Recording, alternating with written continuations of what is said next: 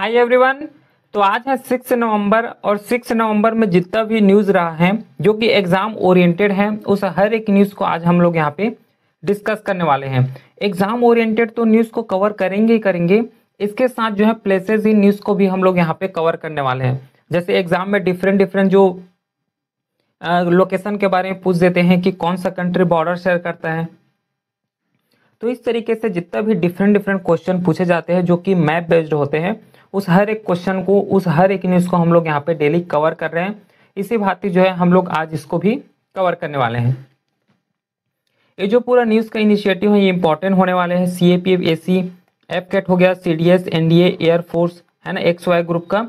तो ये जितना भी डिफेंस से रिलेटेड एग्जाम है उस हर एग्जाम को ये टारगेट करते हुए चलेंगे। क्लियर है? तो इस क्लास का जो स्लाइड है जो है इस टेलीग्राम चैनल में अपलोड हो जाएगा, जो कि लिंक डिस्क्रिप्शन में दिया हुआ है, तो उसे एक बार जाके चेकआउट कर लेना। ठीक है, चलो फिर स्टार्ट करते हैं न्यूज़ की तरफ। और फर्स्ट न्यूज़ है 6 नवंबर का कि वर्ल्ड सुनामी अवेयरनेस डे, हम लोग इसे हर साल ऑब्जर्व करते हैं। 5 नवंबर को हर साल इसे ऑब्जर्व करते हैं। और जो 2025 का थीम रहा है be tsunami ready, invest in tsunami preparedness. ये जो है 2025 अभी रिसेंटली हुआ है 5 नवंबर को, जो इसका थीम रहा है। ठीक है, तो थीम को यहाँ पे याद रखना है। बाकी जितना भी इंपॉर्टेंट जो रिसेंट डे में रहे हैं जो कि एग्जाम ओरिएंटेड हैं, जैसे कि 17 number international day for eradication of poverty, इसको डिस्कस किए थे, है ना। जब अक्टूबर का हम लोग डिस्कस किए थे तो 17 अक्टूबर को हम लोग international day for eradication of poverty इसको भी डिस्कस किए थे। साथ में याद है ना कि इंडियन स्टेट, कौन सा इंडियन स्टेट है जो कि पूरा पॉवर्टी फ्री यहाँ पे स्टेट बन गया है। ठीक है, पॉवर्टी फ्री स्टेट जिसे गवर्नमेंट के द्वारा जो है ऑफिशियली डिक्लेयर किया है। तो किसके डिक्लेयर किया है याद है ना, केरला गवर्नमेंट को। केरला स्टेट है उसको जो है ऑफिशियली पॉवर्टी फ्री स्टेट यहाँ पे डिक्लेयर किए जा चुके हैं। फिर अभी रिसेंटली जो है कौन सा कंट्री है जो ट्राकोमा जो मेजर हेल्थ डिसीज है उसको एलिमिनेट किए हैं, तो फिजी कंट्री है, इसको भी याद रखना है। तो 17 अक्टूबर को हम लोग international day for eradication of poverty जो है एज्यूम करते हैं। फिर 20 अक्टूबर जो हो गया उसमें वर्ल्ड स्टैटिस्टिक्स डे है, इसको हम लोग सेलिब्रेट करते हैं। फिर 24 अक्टूबर हो गया जिसमें हम लोग यूनाइटेड नेशन डे कवर करते हैं। किसके रेस्पेक्ट में यूनाइटेड नेशन डे हम लोग क्यों जो है किसके मेमोरी में हम लोग सेलिब्रेट करते हैं, तो सरदार वल्लभ भाई पटेल के। ठीक है, किसके मेमोरी में, याद रखना है इसको क्योंकि ये भी इंपॉर्टेंट है।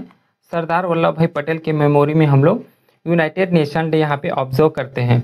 फिर 24 अक्टूबर जिसे हम लोग वर्ल्ड मैनेजमेंट या फिर वर्ल्ड डेवलपमेंट इंफॉर्मेशन डे के रेस्पेक्ट में ऑब्जर्व करते हैं।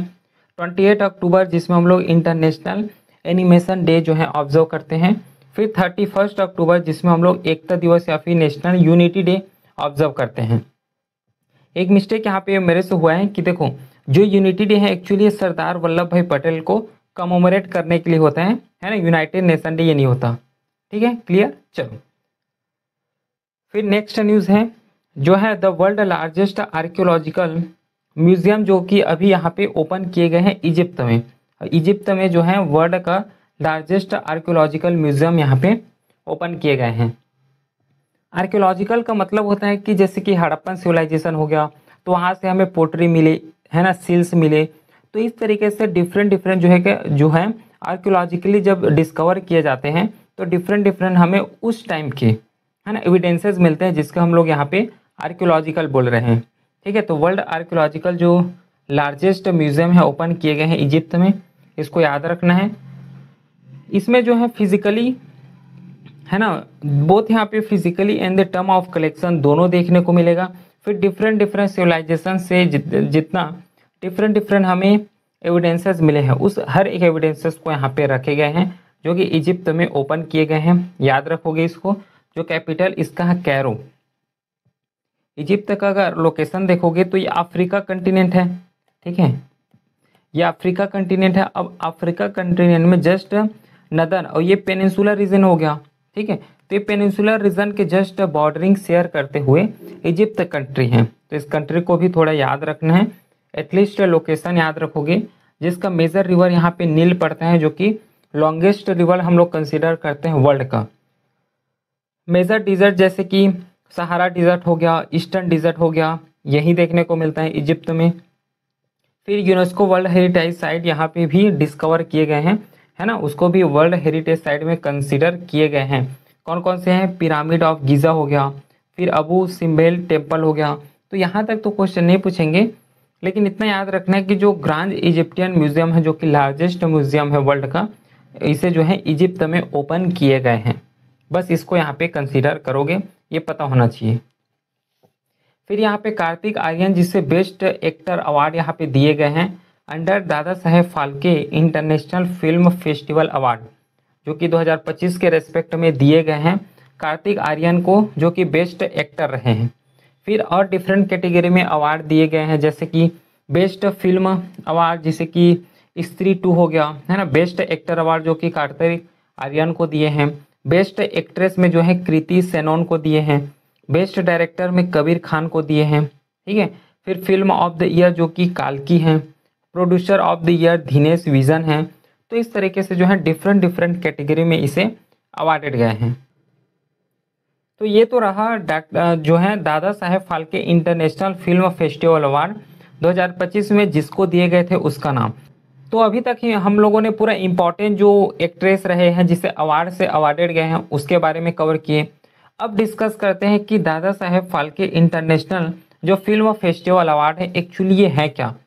तो इसे जो है नेम के बाद रखे गए थे, जो दादा साहेब फाल्के हैं इसके नेम में इस फिल्म फेस्टिवल के अवार्ड को यहाँ पे दिए जाते हैं। जो कि दो दादा साहेब फाल्के हैं ये father of India cinema, India से रिलेट करते हैं, जो कि ये फादर ऑफ इंडिया सिनेमा इसको कंसिडर करते हैं, क्योंकि इन्होंने मेजर अपना अचीवमेंट या फिर मेजर योगदान जो है पूर्व फिल्म इंडस्ट्री में दिए थे। इसका जो है फुल लेंथ फीचर फिल्म जो कि राजा हरिश्चंद्र है, जिसे 1913 में पब्लिश किए गए थे। और दादा साहेब फाल्के हैं इसी के रेस्पेक्ट में क्या है, इसका नाम रखे गए हैं Dada Saheb Phalke international film festival award. इसे 2012 में इस्टेब्लिश किए गए थे। ऑर्गेनाइज किए जाते हैं Dada Saheb Phalke international film festival organization Mumbai, इसके द्वारा जो है ऑर्गेनाइज किए गए थे। इसका पर्पस वही है कि जितना भी एक्ट्रेस में टैलेंट है या फिर कल्चरल हेरिटेज है उसको प्रिजर्व करना है, उसको प्रोटेक्ट करना, और जितने लोगों ने आउटस्टैंडिंग परफॉर्मेंस किए हैं फिल्म इंडस्ट्री में उसको इस अवार्ड से अवार्डेड जाएंगे। यही इसका जो है पर्पस है, जो दादा Saheb Phalke international film festival का पर्पस है।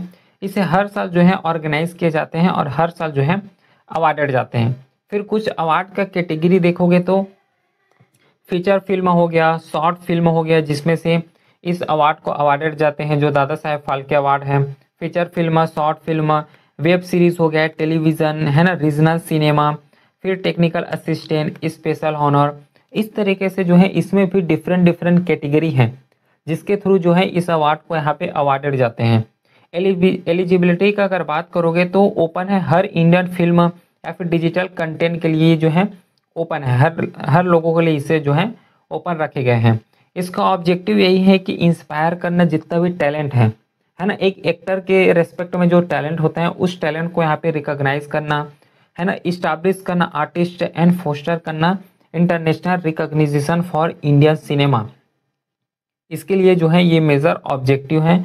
इसका मोटो है to celebrate the greatness of the Indian cinema and honour the legacy of the Dada Saheb Phalke. तो ये जो है इसका कुछ मोटो है, विजन है, जिससे पूरे इस अवार्ड को यहाँ पे अवार्डेड जाते हैं।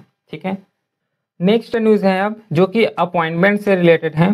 Sanjay Garg appointed as a director general of the bureau of Indian standard. तो जो ब्यूरो ऑफ इंडियन स्टैंडर्ड है उसका जो है डायरेक्टर जनरल का रिसेंटली अपॉइंटमेंट देखने को मिला है, वह है संजय गर्ग।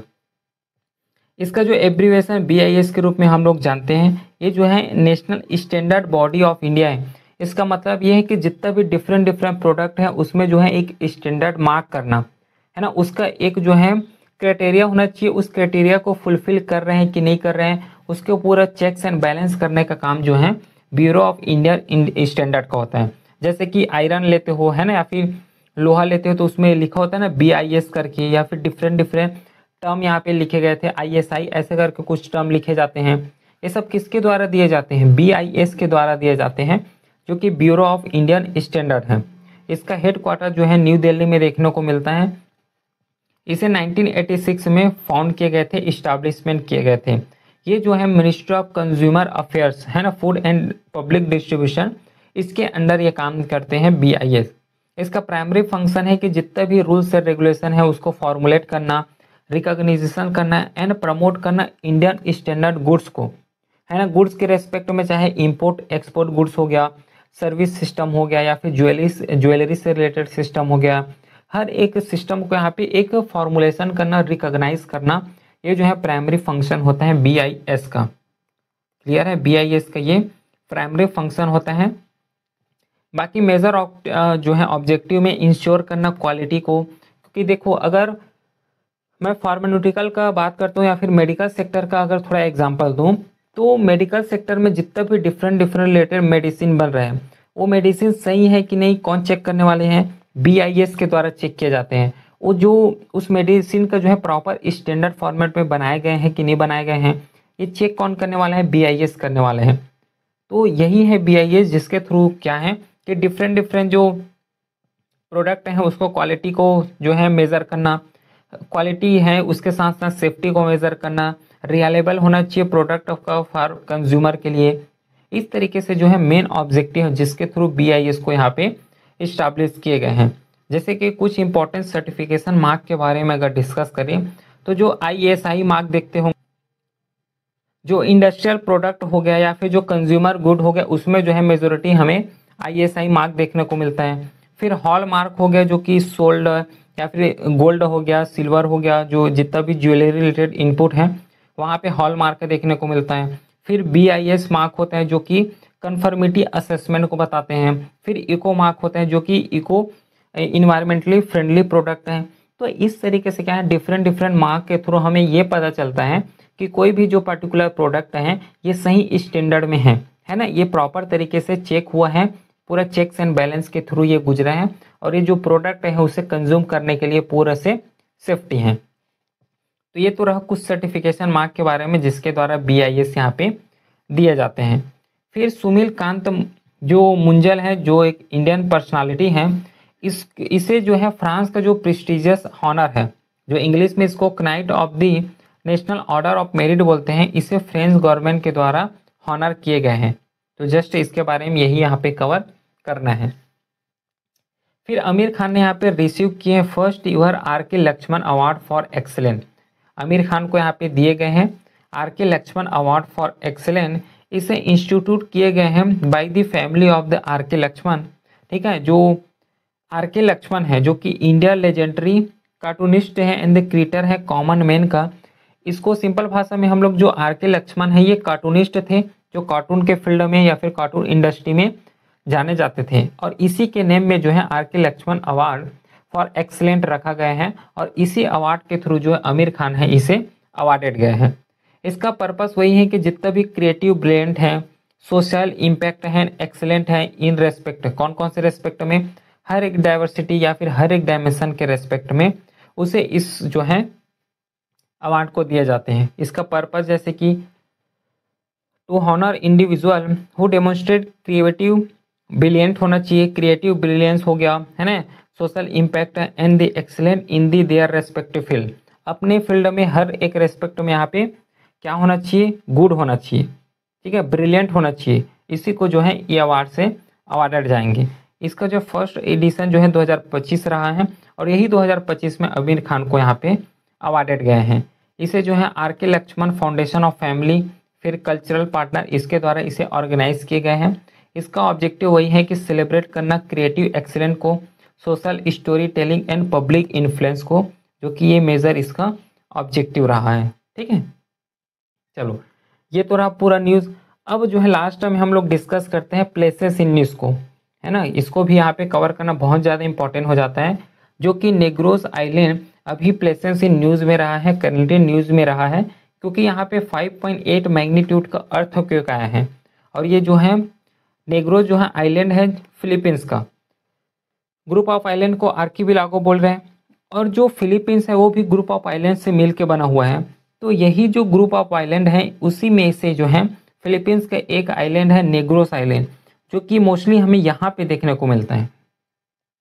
ठीक है, देखो फिलीपींस का ये लोकेशन है, पूरा मैप है, और फिलीपींस में यहाँ पे जो है हमें कहीं यहीं पे जो है एग्जैक्ट इसका लोकेशन जहाँ पे हमें नेग्रोस आइलैंड देखने को मिलता है जो कंट्री में पड़ता है। इसके बारे में अब समझ आ गया लोकेशन भी। कुछ इसका मेन इंडस्ट्रीज के बारे में अगर डिस्कस करोगे तो यहाँ पे शुगर कैन कल्टीवेशन होते हैं, agriculture, tourism, fishing, renewable energy, ये जो मेजर इंडस्ट्री हैं जहाँ पे यहाँ के जो हैबिटेंट हैं वो लोग यहाँ पे इंजेज हैं। फिर कुछ इंपॉर्टेंट फीचर्स के बारे में अगर डिस्कस करें तो ये वोल्केनिक आइलैंड है विथ माउंटेन के साथ, जो माउंट कैनलॉन है जहाँ का ये एक्टिव वोल्केनो है और हाईएस्ट पीक है ऑन द आइलैंड। जो माउंट कैलॉन है इसका जो नेग्रोस है ना, जो नेग्रोस आइलैंड है उसका इम्पॉर्टेंट पीक है और हाईएस्ट पीक यहाँ पे माउंटेन या फिर माउंट कैलियन है जो कि एक्चुअली ये वोल्केनिक आइलैंड है। कुछ वाटर बॉडी जैसे कि हो गया तेनोन स्टेट हो गया है ना, फिर गोमारस स्टेट हो गया, सुलू सी हो गया, जो कि यहाँ का एक मेजर यहाँ पे वाटर बॉडी है।